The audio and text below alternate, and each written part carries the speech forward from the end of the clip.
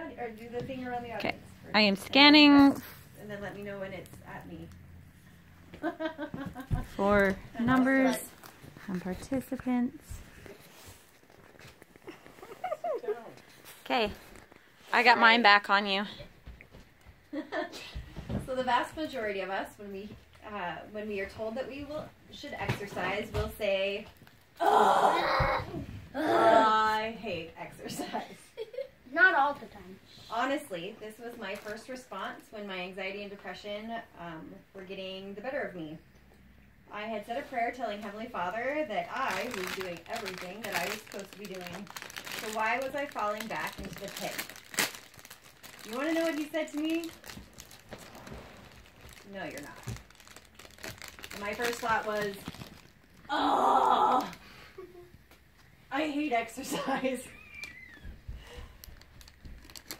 If I've learned one thing in my life, it is that obedience brings blessings. And while I didn't like to exercise, at least at that point, I had been given my answer, and I knew that the only way I was going to be able to manage my anxiety and depression was by doing what he said I needed to do.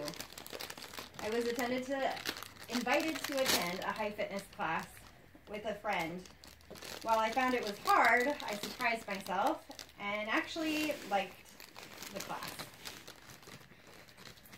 It not only made my mind happy, but it made my body happy too.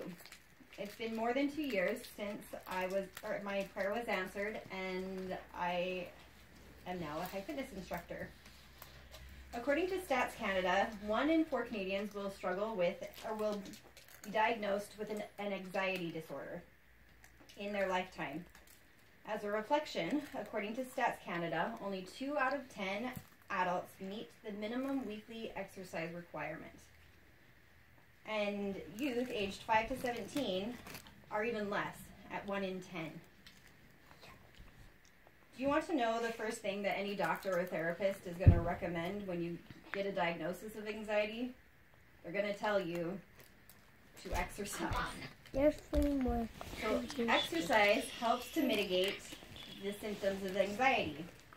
Anxiety is a huge issue, and it is among all ages and walks of life.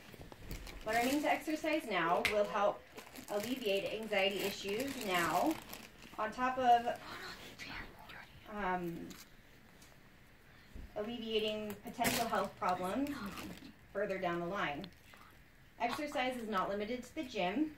There are limitless options, and they fit any budget and all abilities. As mentioned, anxiety rates are rising. Anxiety doesn't care about your age, your gender, or your color. Biologically, anxiety is primarily a healthy reaction. According to Biology, Mood, and Anxiety Disorders, the amygdala, which is part of our brain, it processes our threat signals and mediates our fear responses. We are biologically programmed to recognize threats and to react in certain ways. It's why if somebody jumps out at you, that you'll either scream and run, or you'll scream and jump or fight. So problems with anxiety arise when there are errors in the mediation process in the amygdala and our fear response. So those with anxiety find it difficult to distract their brains from the things that it perceives as threatening. So while our brains are wired to see threats and respond, they also have systems in place to help alleviate it. Movement. Roaring. Don't do that.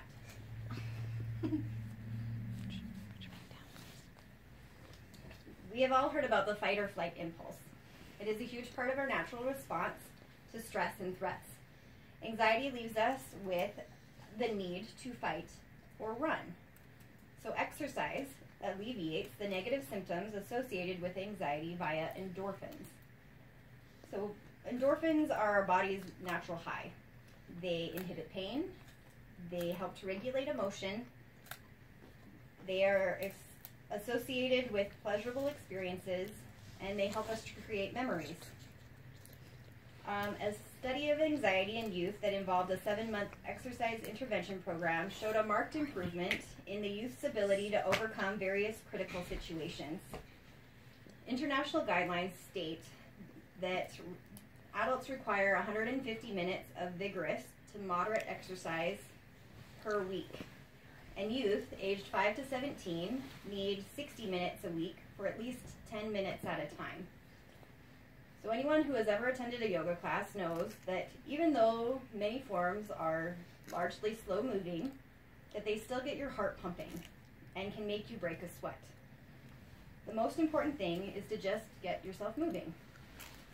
Keep trying different things until you find something that you enjoy. Once you find that thing, be consistent. Once you are consistent and going at least 3 times a week, you will find that your body starts to crave it. And you'll notice that it's absent when you are no longer consistent. Exercise can be going to the gym, it can be attending a fitness class or doing a workout series. I discovered a love of exercise by attending my friend Mandy's high fitness class. I told her that I needed to be accountable to someone in order to make myself work out. I loved that the classes were fun and that they made me work hard. I enjoyed the rhythm, that there was a rhythm to the movement, and I really, really liked that the music was loud enough that I couldn't hear myself breathing. Because my brain, when it hears me working really hard to get air, tells me that I'm dying and I should stop. So I want to challenge you to help me. I want to challenge you to help me help you. So go out and find something or find a way to get yourself moving. Endorphins help our bodies to naturally deal with anxiety. Studies have proved that exercise improves both mental and physical wellness, and so make fitness a priority in your life, both your body and your mind. Well, thank you. Yay. Rolling. And everybody is still here. It was very enjoyable. Except for me. Nice job. I'm not here.